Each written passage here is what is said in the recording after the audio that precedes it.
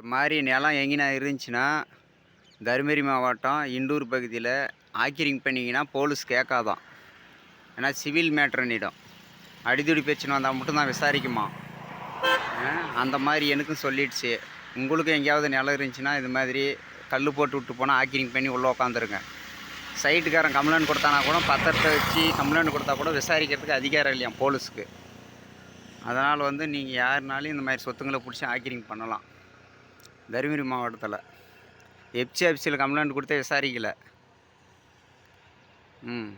அப்படி தான் இருக்குது நிலவரம். அரசு புறம்போக்கு நிலமாக இருந்தாலும் சரி, மேட்டு நிலம், நீர்பீடு பகுதி எதாக இருந்தாலும் நீங்கள் ஆக்கிரிங் பண்ணலான்றாங்க போலீஸுங்க.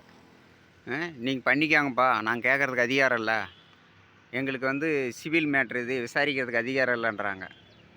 என் நிலத்தை அது மாதிரி தான் ஒருத்தர் 5 சென்ட் ஆக்கிரிங் பண்ணிட்டான், அது கேளுங்க சார்னு கம்ப்ளைண்ட் கொடுத்தா, தருமபுரி எஃப்சிஎஸ்சில் கம்ப்ளைண்ட் கொடுத்தா, ஏய் உங்கள்கிட்ட பத்திரம் தான் கோர்ட்டுக்கு போடாடே அப்படின்றாங்க.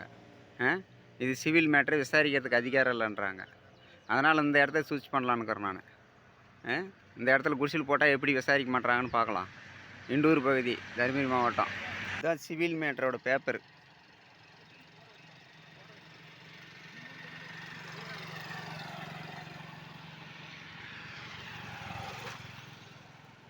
எனக்கு தருமபுரி மாவட்டத்தில் இண்டூர் பகுதியில் கொடுத்தது காப்பி.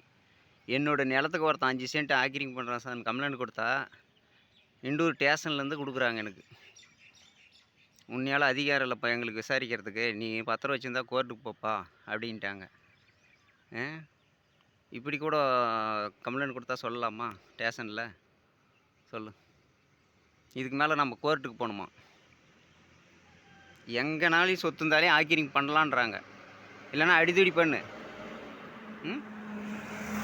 போலீஸில் கம்ப்ளைண்ட் கொடுக்குறதே அடுத்தவன் ஆக்கிரிங் பண்ணுறான் கேளுங்க சார்னு தான் கம்ப்ளைண்ட் கொடுக்குறோம் பத்திரத்தை வச்சு. கேட்கலாமா வேண்டாவா போலீஸ்? அதே என்ன சிவில் மேட்ரு?